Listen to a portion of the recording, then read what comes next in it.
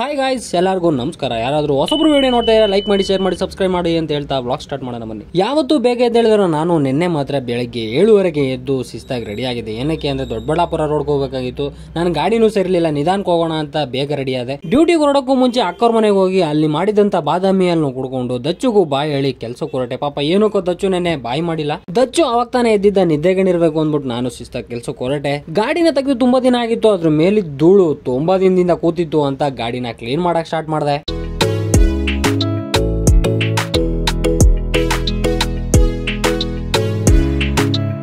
ಗಾಡಿನೂ clean ಮಾಡ್ಕೊಂಡು ಕೆಲಸಕ್ಕೆ ಹೊರಟೆ. ಹೋಗ್ಬೇಕಾದ್ರೆ ಮೆಟ್ರೋ ಸ್ಟೇಷನ್ ನೋಡಿ ಬೇಜಾರಾಗಿ ಪರವಾಗಿಲ್ಲ ಅನ್ಕೊಂಡು ಕೆಲಸಕ್ಕೆ ಹೋಗ್ಬೇಕಾದ್ರೆ ನಾನು ಗಾಡಿಲಿ ಪೆಟ್ರೋಲ್ ನೋಡಿದೆ ಇತ್ತು.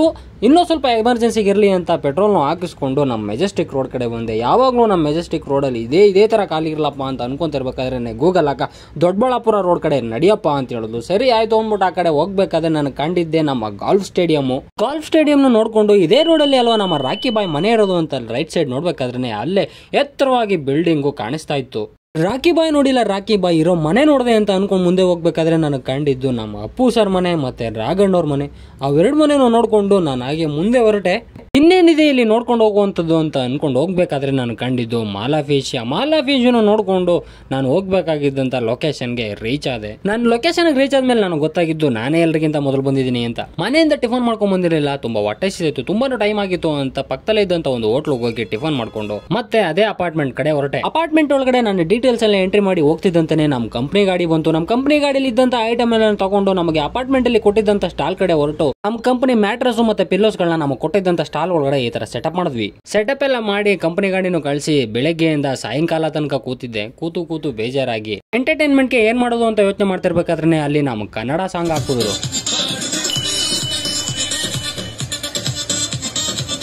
ಹಿಂದಿ ವಾಲಗಳೇ ತುಂಬಿರೋ ನಮ್ಮ ಬೆಂಗಳೂರು ಅಂತರಲ್ಲೂ ಇಂಥ ಅಪಾರ್ಟ್ಮೆಂಟ್ಗಳಲ್ಲಿ ಕನ್ನಡ ಸಾಂಗ್ ಬಂತಲ್ಲ ಅಂತ ಖುಷಿ ಪಟ್ಟೆ. ಟೈಮು 9 ಗಂಟೆ ಆಗಿತ್ತು, ಮನೆಗೆ ಹೋಗೋ ಟೈಮ್ ಆಗಿತ್ತು ಅಂತ ಹೇಳ್ತಾ ಫೈನಲ್ಲಿ ಅಲ್ಲಿದ್ದಂತ ಸ್ಟಾಲ್ಗಳನ್ನ ಒಂದು ವಿಡಿಯೋ ಮಾಡ್ಕೊಂಡು ನಾನು ಮನೆ ಕಡೆ ಹೊರಟೆ. ನಾನಿದ್ದಂತ ಲೊಕೇಶನ್ಗೂ ನನ್ನ ಮನೆ ಲೊಕೇಶನ್ಗೂ 42 ಕಿಲೋಮೀಟರ್ ದೂರ.